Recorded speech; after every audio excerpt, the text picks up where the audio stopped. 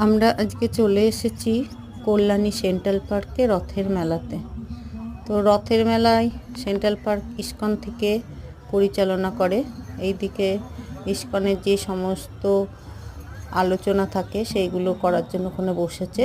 আর এই যে রথ, এই রথে করেই জগন্নাথ দেব আসে, সেন্ট্রাল পার্কের রথে করে আসে।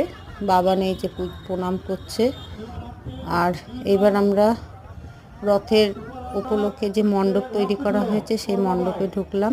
এই যে জগন্নাথ, বলরাম, সুভদ্রার যে মূর্তি রয়েছে আমরা দর্শন করছি, তোমরাও দর্শন করো।